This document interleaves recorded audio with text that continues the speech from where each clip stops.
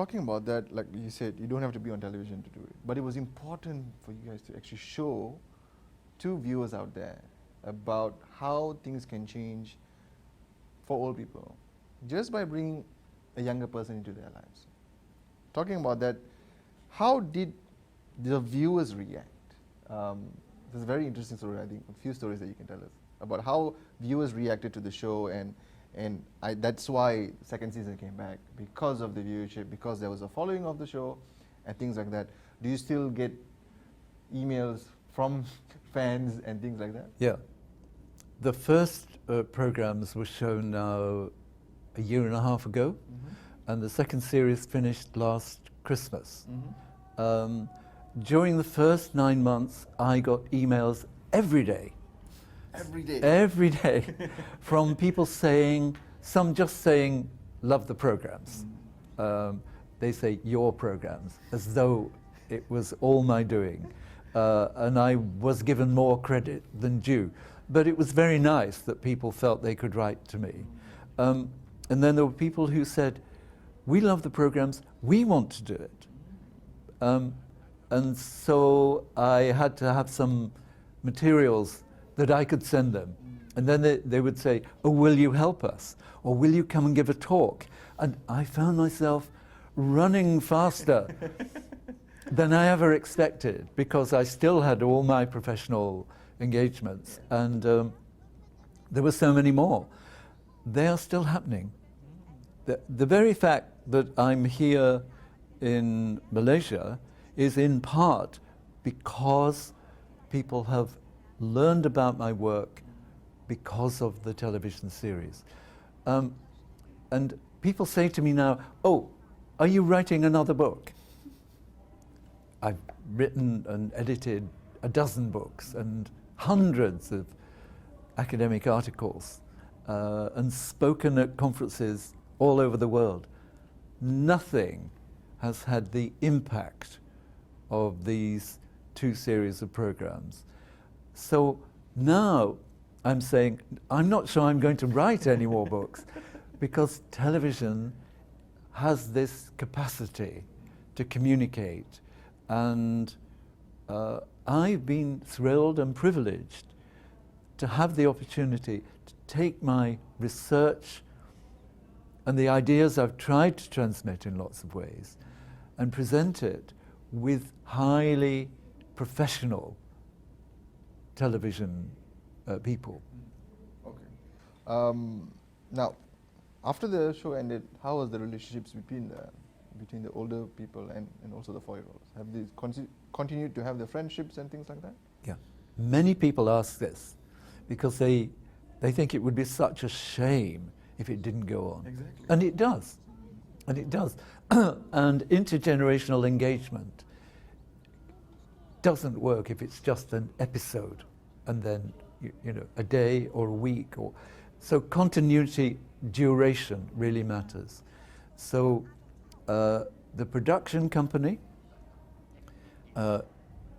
brought together the children and the young people on regular occasions. They had meetings and parties and gatherings, but also the families of the children invite the older people to go and visit them, to go to children's parties, at Christmas, at events, because the child says, not, this is like my grandmother or my grandfather, this is my friend. Yeah. And the families have drawn the older people into their family network. The older people host the children where they live, so there is interaction. Now, of course, it's not the same intensity, but it does go on, and that's really important. The bond is still there. Yeah. Okay. Now, is there, because of the series and how there is results, there is a result on how young children can actually help older people. Is there any real-world applications being done currently? Yes. A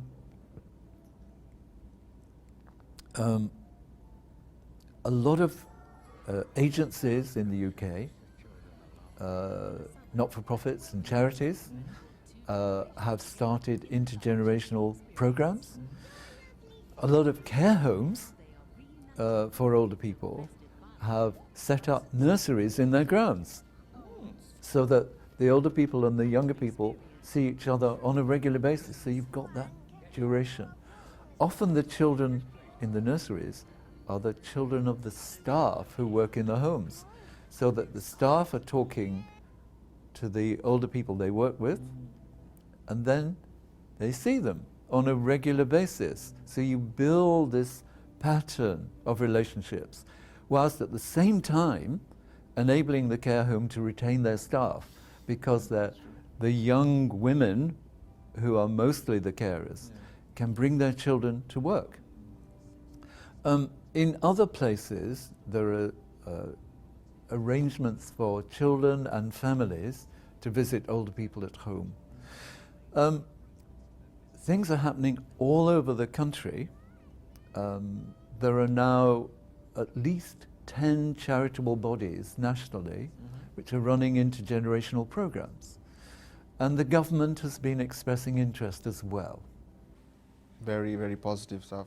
Let's move on to this idea, this concept. Do you see it being implemented in other countries as well? Yes, other countries have expressed interest in doing their own version of the programs. So there's already been a series in Spain. Okay. And there are plans to have a series in the Netherlands. There are expressions of interest in America and Scandinavia. And the production company are very happy to work with people in other countries. So maybe we'll do Old People's Home for 4-year-olds in Malaysia. Yeah.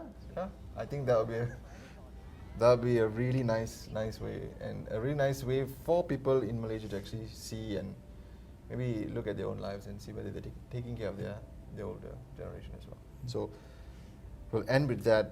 Very nice conversation. Thank you so much, Professor Malcolm, for your time. And I hope you enjoy your stay in Malaysia. I've enjoyed my stay very much, and this has been a pleasure. Thank you. Thank you, Professor.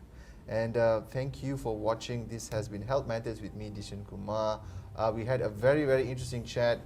Please check out the series, Old People Homes for 4-year-olds. It's also on YouTube and also our other platforms. Please also like and share our videos. If you like our conversation, please also comment and share your thoughts on what type of programs you can actually bring into Malaysia, maybe programs like this, or even other ideas you actually also may have. So join me on the next episode. This is Health Matters with me, Dishen Kumar. Thank you. Goodbye.